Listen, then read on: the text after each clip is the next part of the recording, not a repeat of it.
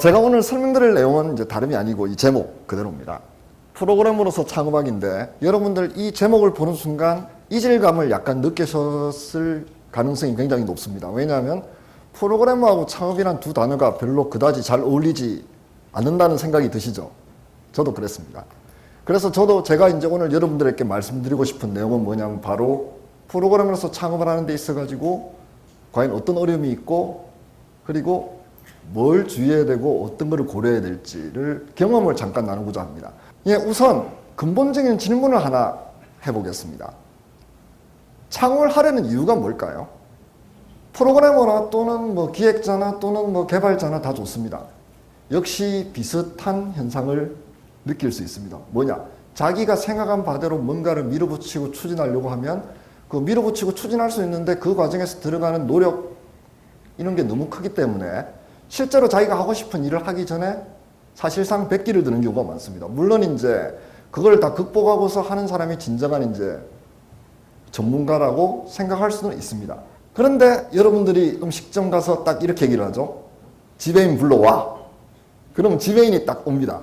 그럼 여러분들이 지배인한테 얘기를 하면 지배인이 해줄 수 있는 갑자기 권한이 커지면서 여러분들이 원하는 일을 할 가능성이 높아집니다. 그런데 마침 주인이 있었다면 훨씬 더 여러분들은 주인하고 뭔가를 협상하게 되면 더 많은 걸 얻을 수 있을 겁니다. 똑같습니다.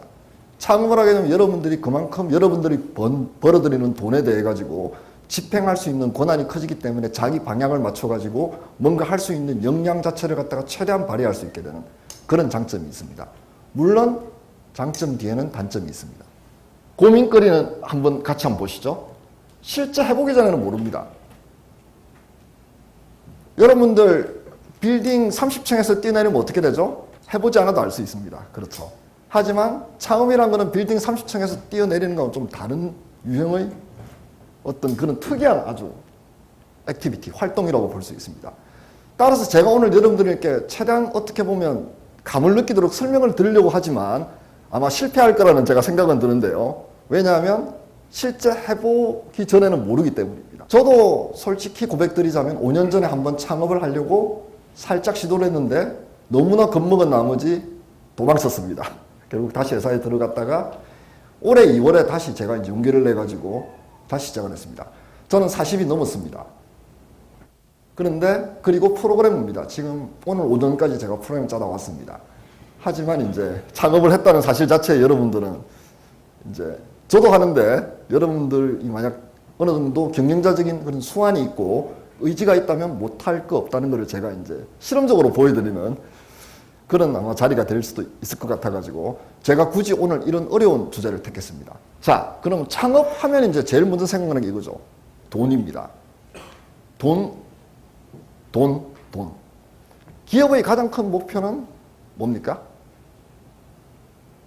이윤 창출입니다. 나머지 모든 것은 이윤 창출에 따른 부수적인 효과일 뿐입니다.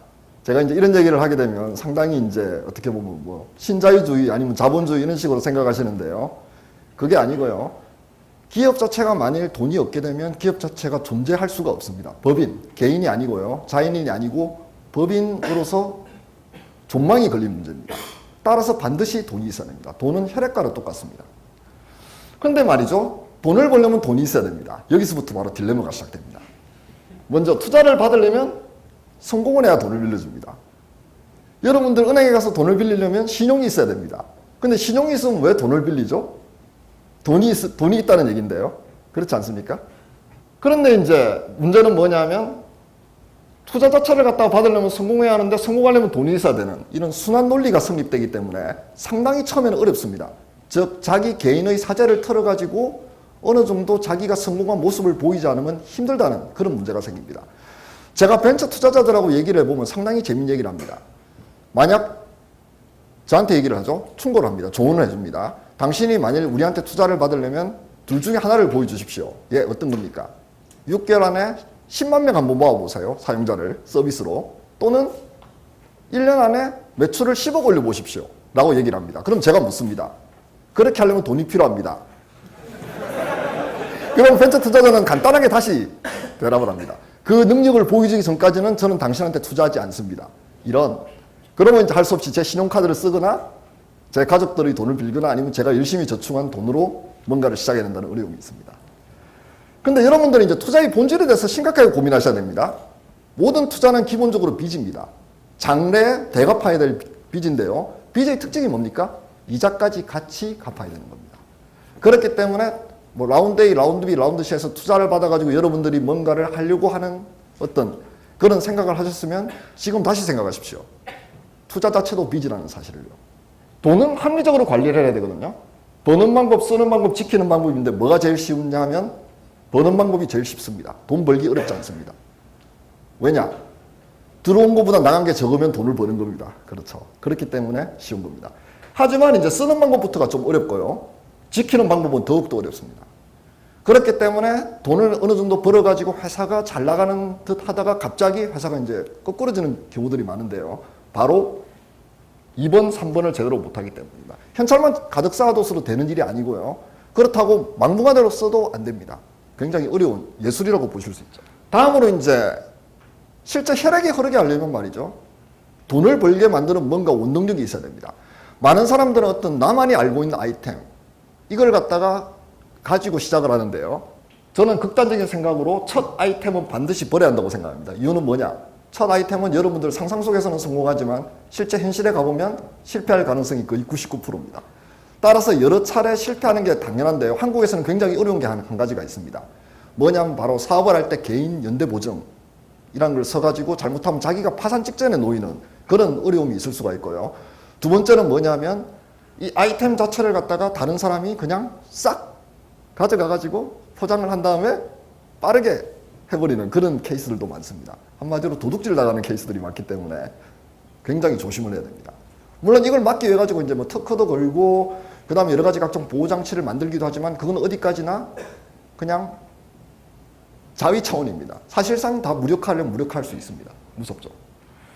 예전 같으면 이제 등산의 비유랍니다. 사업이 어떤 목표가 있고 저 목표를 향해 가자 하면 10년이고 20년이고 가서 올라가면 됩니다. 근데 최근에는 워낙 기술이 빨리 발전하다 보니까 윈드서핑입니다. 환경은 계속 변합니다. 자기 주변 서 있는 환경도 변하고 그리고 기술 동향도 변하고 고객의 마음도 변합니다. 윈드서핑을 하면서 제자리에 머물리라는 얘기는 아니고요. 때때로 랜덤 점프를 해가지고 새로운 분야 아니면 뭔가 좀 유망성 있는 분야로 자유롭게 건너뛰는 능력도 있어야 합니다. 따라서 예전보다 사업하기가 훨씬 더 어렵습니다. 자, 다음으로 이제 두뇌가 있어야 됩니다. 함께 일할 사람들인데요. 요즘은 사람이 핵심입니다. 특히 소프트웨어 분야에서는 사람이 전부입니다. 창업을 하자면 이제 여러분들이 뭐 사무실 걱정도 하시고요.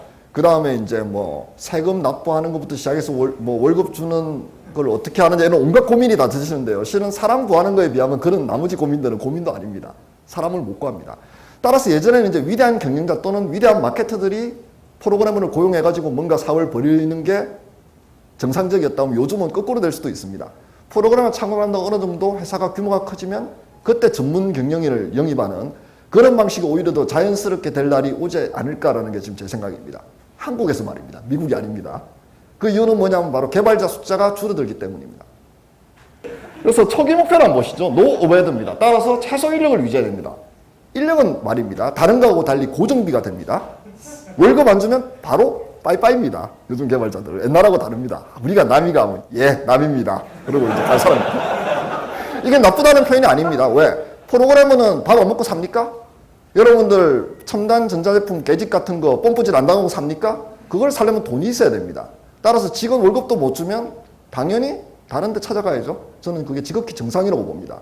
의리 이런 거 다 필요 없습니다. 일단은 자기가 새끼 밥을 먹고 나서 생각을 해야 될 그런 문제라는 거죠. 다음으로 모든 사람이 함께 일을 해야 됩니다. 왜? 오베드를 줄이기 위해서입니다. 한 명이 놀고 나머지 애들 노저라고 하면 큰 기업 같으면 가능합니다. 20대 80 파라토 법칙부터 시작해서 여러 가지 법칙들이 알려주죠. 하지만 작은 기업 같은 경우는 한 명이 노를 앉으면 배가 이렇게 돕니다. 그리고 나서 잘못하면 암초에 부딪혀서 가라앉을 수도 있습니다. 한 명 한 명이 굉장히 중요하다는 겁니다. 따라서 사람 뽑을 때도 굉장히 조심해야 됩니다. 마지막으로 조직은 최대한 팽팽하게 해야 됩니다. 스타트업부터 뭐 CTO, CEO, CE로 시작하고 O로 끝나는 모든 조직을 다 만들어가지고 시작하시려고 하시는 분들이 있는데 큰일 납니다. 왜? C, X, O는 대부분 다 오버헤드입니다. 그렇게 생각하셔야 됩니다. 자, 잠깐 생각을 한번 해보시죠. 이게 바로 이제 밸브라고 스팀 만드는 회사죠. 여기서 이제 핸드북 for new employees. 신입 사원들을 위한 핸드북이라는 책인데 이거 꼭 보십시오. 재밌습니다. 여기서 상사 없이 일하는 방법. 일을 하다가 좋은 아이디어가 떠오른다. 동료 아이디어를 나누다가 둘이 합심해가지고 같이 일한다. 그리고 자기들이 출시한다. 끝입니다. 이렇게 하면 보스 없이 일할 수 있습니다. 초수평적인 문화입니다. 근데 대부분 벤처는 이런 식으로 동작을 해야 됩니다. 위에서 뭐 명령 내리고 어쩌고저쩌고 하다 보면 경쟁사가 가뿐하게 앞지는 모습을 보게 될 뿐입니다. 따라서 모든 명령의 전달 단계마다 잡음은 2배로 늘어나고 메시지는 반으로 줄어든다는 말을 명심하십시오. 다음으로 파트너 고객인데 이게 진짜 중요합니다. 제가 처음 5년 전에 왜 도망을 갔느냐 하면 딱 발을 갖다가 이렇게 해서 이렇게 싹 디디니까 피라냐 떼들이 그냥 월을 오는 거예요. 호구가 나타났다. 신났습니다. 그냥 저는 못 잡아서 안달입니다. 그래서 여러분들이 보시면 사자하고 사기꾼이 있습니다. 요거 2개 구분하셔야 됩니다. 사기꾼은요, 보면 표가 납니다. 저를 이용해 먹겠다는 강한 불굴의 의지. 타오릅니다, 활활. 하지만 사자는 그걸 드러내지 않고 접근해가지고 저를 도와주는 척 하는데 실은 제 힘을 다 빼버립니다. 그렇기 때문에 사자한테 걸리면 죽음입니다. 5년 전에는 제가 이걸 어떻게 구분하는지도 몰랐고 이게 뭘 의미하는지도 몰랐는데 지금은 마치 이제 손오공이 스카우트를 차듯 딱 보면 이제 점수로 보입니다. 사자일 확률 몇 프로, 사기꾼일 확률 몇 프로. 일단 한번 믿어주는데 만일 저희 믿음에 배반하는 행동을 하면 응징에 들어갑니다. 응징이 뭔지 아시겠죠? 통장에 돈 찍힐 때까지는 손 하나 깜짝 안 하는 그런 응징을 한번 보여줍니다. 다음으로 이제 우량 고객을 오래 유지해야 되는 문제가 있습니다. 우량 고객을 발굴한 다음 오래 유지해야 되는데요. 착각을 만들 게 뭐냐면 바로 인맥만으로는 절대 안 됩니다. 가서 술 마시고 그리고 골프 치고 해가지고 사업 따내는 거 요즘 불가능합니다. 왜? 실무자들이 그렇게 해가지고 떨어지는 낙하산 오더는 거부합니다. 실무자도 자기 목을 보존해야 되지 않겠습니까? 따라서 실력이 우선입니다. 정말 점점 더 그렇게 변할 거고 앞으로 더 그렇게 변한다고 저는 확신하고 있습니다. 다음으로 계약 하나하나에 일희할 필요 없습니다. 하나 땄다고 좋아하고 하나 안 됐다고 뭐 침울하고 그럴 필요가 없다는 겁니다. 그러면 이제 고객한테 뭔가를 팔아야 되지 않겠습니까? 그래서 부가가치를 일으키는 수단은 4가지입니다. 제가 보기에는 용역, 인건비를 받고 사람 머릿수를 채우는 게 있고요. 솔루션이 있습니다. 어떤 제품이 있는데 유감스럽게도 커스터마이징을 많이 해야 되는 그런 제품입니다. 패키지가 있습니다. 여러 사람한테 그냥 뿌리면 사람들이 알아서 설치해서 씁니다. 서비스, 뿌릴 필요도 없습니다. 사람들이 알아서 웹페이지로 와서 등록을 해서 쓰게 됩니다. 이렇게 내려갈수록 마케팅이 올라가고 난이도가 올라갑니다. 제품 개발하는 데 들어가는 노력 1, 패키징에 들어가는 노력 3, 마케팅에 들어가는 노력 9라고 생각하시면 됩니다. 초계사를 꾸밀 때는 이제 항상 주의해야 될 게 뭐냐면 better를 바라지 말고 일단은 good enough로 만족해야 됩니다. 그리고 외부 가용 자원을 최대로 활용하십시오. 요즘 뭐 직접 다 설치해서 하려고 하지 마시고 외부 서비스를 쓰십시오. 다음으로 상품하고 회사 자체의 모양새 사이에 줄다리기를 하십시오. 회사 모양 너무 잘 갖추다 보면 상품이 안 좋아지고요. 상품에 너무 치중하다 보면 회사 모양이 안 좋아집니다. 둘 다 잘 하셔야 됩니다. 그래서 근본적으로 사업은 위험을 관리하는 겁니다. 하지만 기본적으로 사업은 고위험인데요. 역설적으로 호랑이입이 가장 안전합니다.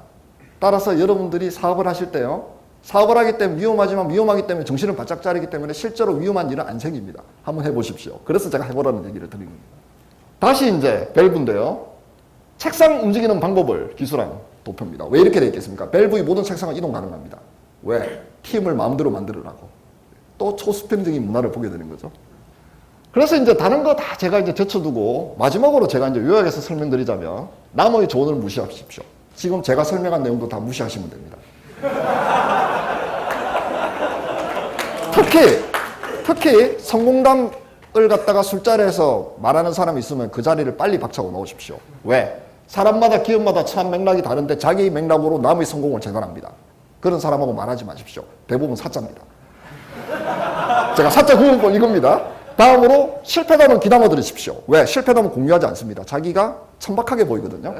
지금 제가 마지막으로 여러분께 이걸 보여드릴게요. 과거에는요, 장전, 조준, 발사인데요. 요즘은 장전, 발사, 그리고 유도입니다. 그러니까 총을 쏘게 되면 그냥 총알을 발사해놓고 총알이 잘 맞겠지라고 기대하시면 안 되고요. 총알 자체를 갖다가 무선으로 유도하든 유선으로 유도하든 여러분들이 표적에 가도록 맞춰야 됩니다. 근데 그렇게 하려면 제일 중요한 것은 바로 실행입니다. 닥치고 실행. 어떻게 보면 창업에서 이게 가장 중요하고요. 그리고 프로그래머로서 여러분들 인생을 만드는 데 있어가지고 너무 많이 생각하지 마십시오. 슬램덩크에도 나오죠. 생각이 많으면 발이 움직이지 않습니다. 일단 발을 움직이고 그리고 나서 주변을 돌아본 다음 생각을 해서 정확하게 골에 슛을 넣으시는 멋진 개발자가 되기를 바라겠습니다. 감사합니다.